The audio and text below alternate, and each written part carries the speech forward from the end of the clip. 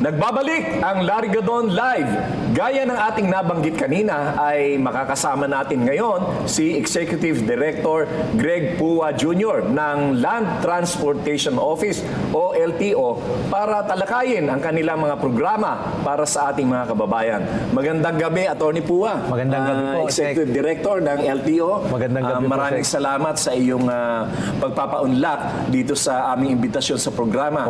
At ito naman ay upang mabigyan natin ng impormasyon at kaalaman ng ating mga kababayan upang lalo nilang maunawaan ang mga programa under the LTO. Opo. No? Maraming salamat po. Kami po ay nagagalak po, Sek, dahil naimbitahan niyo po kami. Malaking pagkakataon po ito sa amin para po makausap ang ating mga kababayan po. Oo. Ngayong gabi, marami tayong impormasyon na maibibigay sa kanila. Tama po, Sek. Tama po.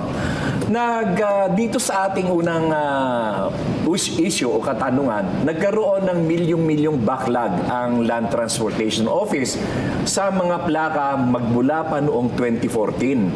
At ito ay gusto kong liwanagin na wala itong kinalaman sa administrasyon ni Pangulong Bongbong Marcos dahil 2014 ito ang nangyari. At ano ang naging dahilan at ano ang update ng LTO dyan? Opo. Doon po muna tayo sa dahilan, Sek. Napakarami pong dahilan na bakit dumami ng dumami ang backlog ng LTO. Unang-una po dyan, meron pong pinabid. Nagkaroon ng bidding dati noong 2014 pero na-question po. Umabot hanggang Korte Suprema. Tapos kung matatandaan nyo po, nagkaroon din po yan ng issue sa customs dati. Meron din po nailabas. And then nagkaroon po tayo ng bagong batas. Ito po yung tinatawag natin ng Motorcycle Crime Prevention Act na binabago po yung plaka, yung design. Tapos ginawa po from 7 characters, ginawa nating 6 characters. So nagpatong-patong po. And isa pong malaki rin dyan, hindi po naaalatan ng malaking budget. Kumbaga po, yung binibigay lang na budget nung dati ay sapat lang para sa isang taon. Pero taon-taon po kasi tumataas ang dami ng bagong sasakyan. Dati po, pumapalo lang po siya ng 1.8 million. Ngayon po, nasa 2.2, 2.4 million na po siya. Bagong sasakyan. 80% of that po, Sek, is motorcycle. Tapos, kami po, yung naging pinakaunang solusyon po at pinaka-importanteng naging solusyon dito sa paklak ng plaka ay nung nabigyan po ni Pangulong Bongbong Marcos ng budget. Yun po yung pinakakailangan namin dahil kahit po anong gawin namin, kung wala kaming plaka, wala kaming budget, hindi po namin matutugunan yung backlog. So 2023, nabigyan po ng malaking budget. Historical po kasi ito yung pinakamalaking budget na inalat for plate. Tapos nung nabigay na po and the ball is now with us, kami po ay nag-produce naman ng plaka. Dati po 8 hours lang ang ating planta. Ang plaka po kasi, Sek, ang stamping plant natin nasa central office na lang. Nandito na lang sa office natin. So dati po 8 hours lang 'yan. Ginawa po natin 24/7. Okay. Tapos ang ginawa po natin para mahabol yung backlog. Opo, ang ginawa po natin nung umupo naman po si Asik Vigor Mendoza noong July 2023, ginawa po natin 2 steps backward, 1 step forward. Okay. So kung sa 100 plaka po na ginagawa natin, 80 backlog. Backlog, 20 for future production. Kaya kasi ang sabi naman po natin noon, hindi pwedeng mag-focus tayo sa backlog kasi hindi matatapos yan dahil hindi mo ginagawa yung bago eh. Kung hindi mo padagdag. So nag-advance production po tayo, Sek.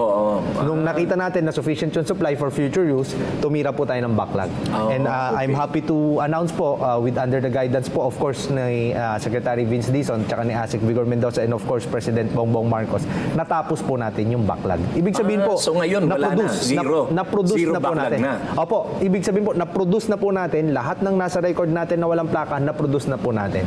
The next challenge to us now is the distribution of plates to the owner. Remember, kasi po, 2014 pa po eh, 2014. So yung iba, nasanay na walang plaka. Na walang plaka. So kaya po kami, ito... Ako nga, 3 years ago ko lang nakuha yung plaka ko na isa kong kotse na 2016 ko nabili. Yun po yung kasagsagan ng problema, Sek eh. Yun yung kasagsagan ng problema. Kaya napakaganda po ng opportunity na naimbitahan niyo po kami dito sa programa po ninyo. So, dapat talaga maipaliwanag sa mga kababayan natin na sa ngayon ay wala ng backlog. Opo. Ang distribution na lamang ang magiging problema kung paano ito makukuha ng mga may-ari ng sasakyan na wala pang plaka. Tama po, Pero Sek. may nakalaan na sa kanila. May nakalaan na po. Oo, Opo, kaya Sek. mamaya mananawagan tayo sa ating mga kababayan na kuhanin na nila yung mga plaka nila. Tama po. Yes, Sek. Yes, Sek. At yung ano lang nangyari doon sa kaso sa Supreme Court at bakit nagkaroon ng ganung unang-una hindi dapat magkaroon ng ganung problema na nagkaroon ng bidding at nai-award ito. Pagkakaalam ko diyan sa problemang yan, nai-award ito doon sa isang kumpanya na walang capacity to produce the plates. That's the one problem, Sek. Pero ang... Nabigyan lang ng favor, pero nung nakuha na nila yung kontrata, ay hindi na sila makagalaw dahil wala silang puhunan. Opo. There was also no budget kasi, Sek. It Pero, was bidded out but no budget. Oo. Pero hindi ba dapat ang mga nagbibid niyan ay merong sariling kapital Opo. para pwede nilang isulong agad ang pagpa-imprenta ng plaka Tama while waiting for the budget? Dapat din isa sa mga panuntunan ng mga qualities or ng compliance ng supplier. Opo. At Tama ang isa pang nakakapagtaka diyan ay kung bakit na kailangan pang maghintay ng budget samantalang binabayaran naman yon ng mga car owners. In fact, pag bumili ka ng kotse na bago, kasama na doon sa babayaran mo, doon sa car distributor, yung plaka. Tama po. Tama po yan, Sek. Yung una po, i-address ko lang yung sa capacity. Tama, nagkaroon nga po ng issue dati sa capacity. It was questioned sa Supreme Court. Nawalan din po, nagbid din po kasi yan, walang budget. Oo. And then the next year, nilagyan ng budget. So sabi ng Supreme Court, cured, pero sui generis yung case na yon. Oo.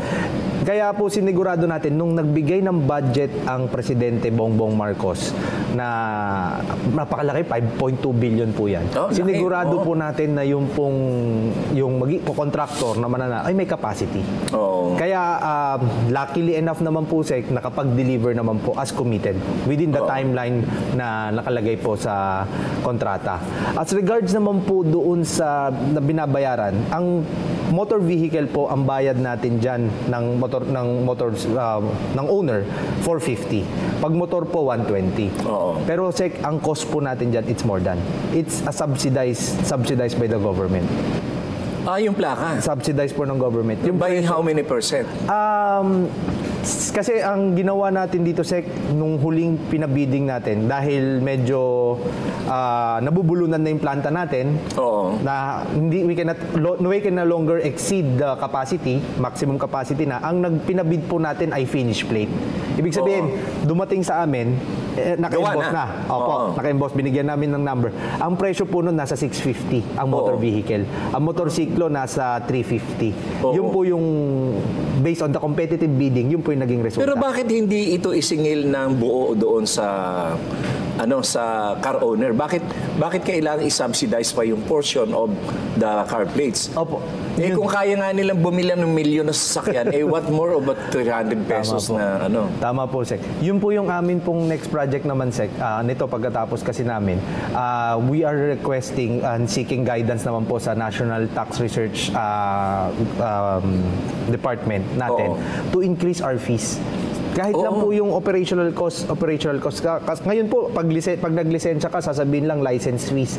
Wala po dyan yung pang-admin cost. Wala po eh. Kung mapapansin niyo po yung resibo natin sa LTO. Napakababa nga ng singil sa driver's license, ano? Opo. At saka dati po, considering na yung opisina nila ang operational cost sa office malaki po. Malaki dahil naka-aircon yan at maraming staff. Opo.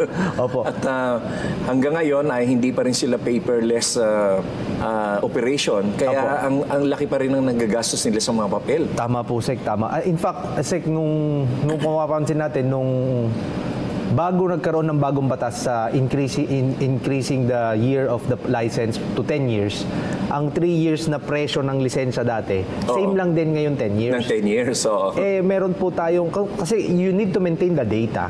So there's a cost to the government. Pero Pero it's a public service po eh. Kailangan po natin ng In your opinion, yung bang 10 years ay sapat yun or masyadong mahaba? Kasi in 10 years, marami dyan nagpapalit ng address. Opo. Lalo pa yung mga nangungupahan. Opo. 1 or 2 years o 3 years, magpapalit ng address yan. Paano yan? Yung kanilang record sa LTO ay yung old address pa nila. Opo. Yun nga rin po yung nagiging challenge din po namin na kapag meron po tayong pinadalahan ng mga show-cause or may papadala tayo, wala na yung bahay doon. Oo, yun nga. So, ang in-encourage naman po natin yung ating mga kababayan na please reflect your current and details, current personal details po. Kasi pero paano kung yung lisensya ay yun ang nakalagay, yung old address nila? That's why alam naman natin kasi pagka 10 years na yung lisensya ko, then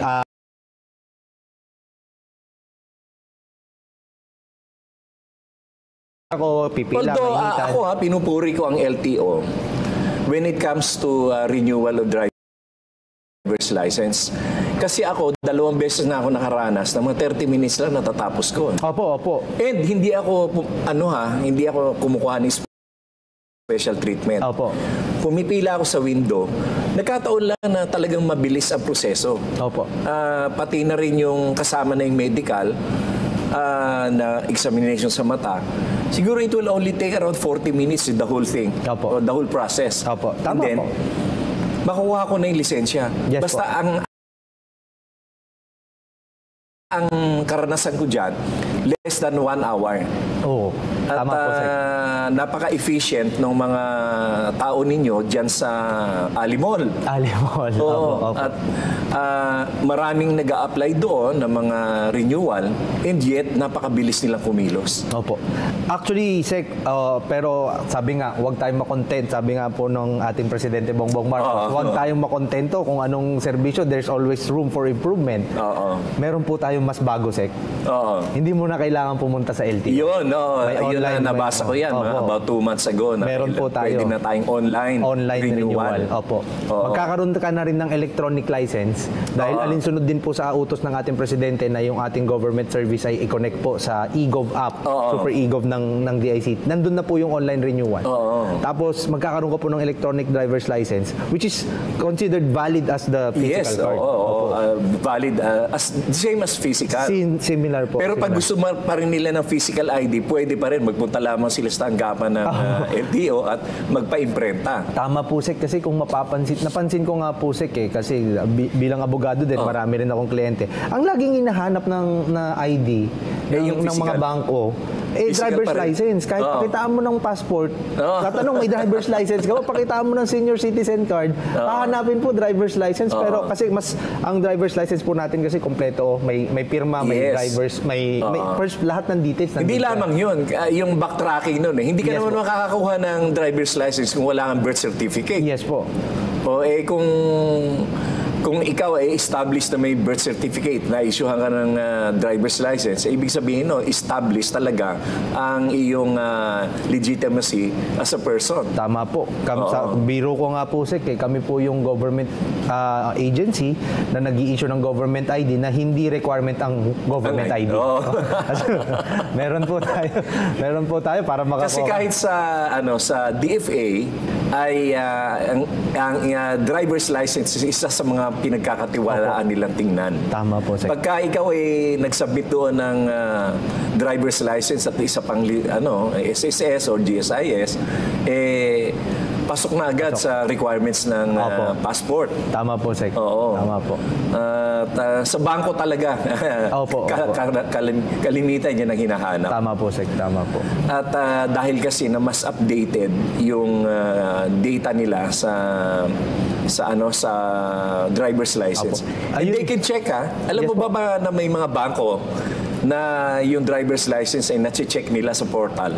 kung talagang legit yung Meron po. issuance ng ano. Meron po. Lalo na po ngayon kasi kung makikita po natin sa eGov app po kasi yung eGov app you can access offline eh. So basta nasa eGov ka, may electronic ID ka doon. May imprint ka na doon. Makikita na po Oo yan. nga, oo. Opo. I-ano rin po natin, inaaral na po natin ngayon dahil pursuant sa utos nga po ng ating Presidente Bongbong Yung Marcos.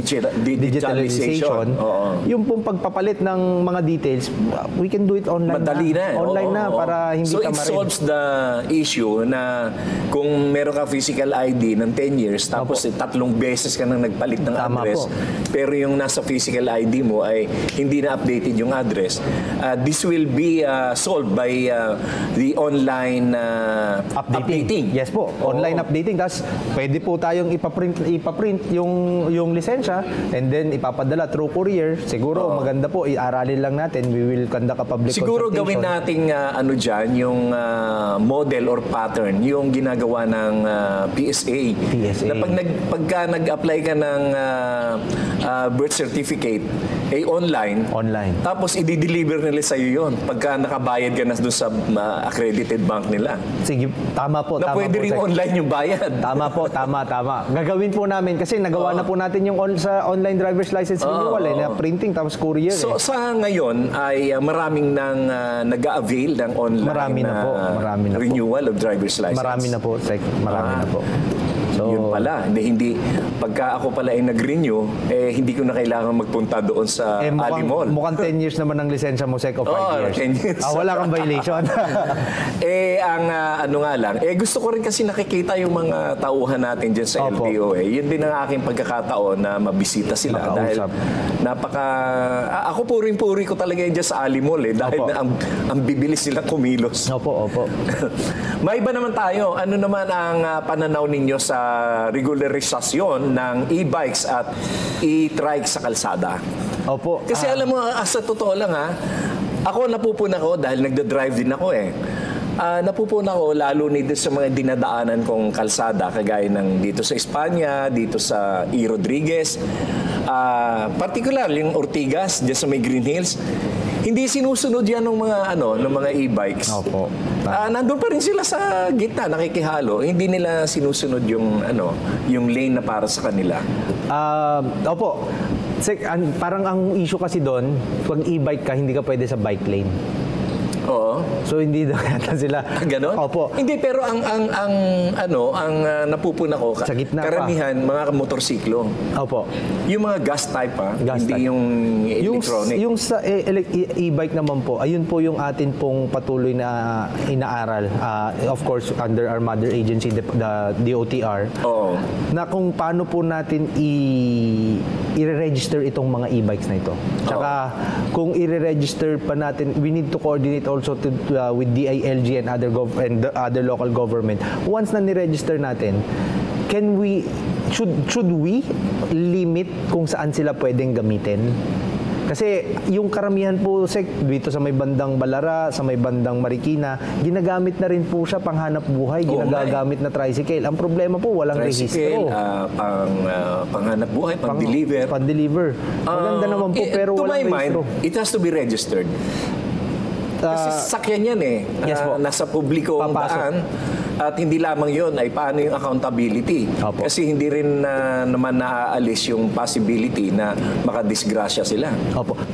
Tama po kayo, Sek. Papasok po kasi siya sa requirement ng ating batas na 1964 law, the RA 4136, na kailangan kapag motorized without human intervention na ginamit mo sa public highway should be registered. So pasok po siya dun Wala naman siyang human intervention dahil pure motor and electricity tapos ginagamit sa public highway.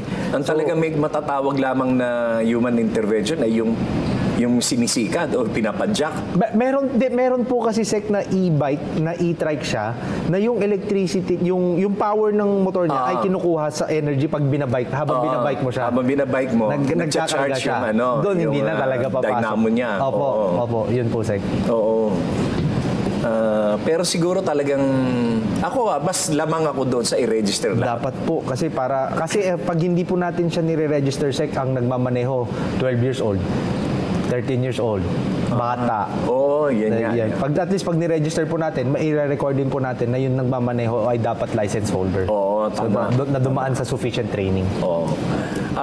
Pansamantala ay puputulin muna natin ang usapan dyan at magbabalik pa rin ang Largadon Live!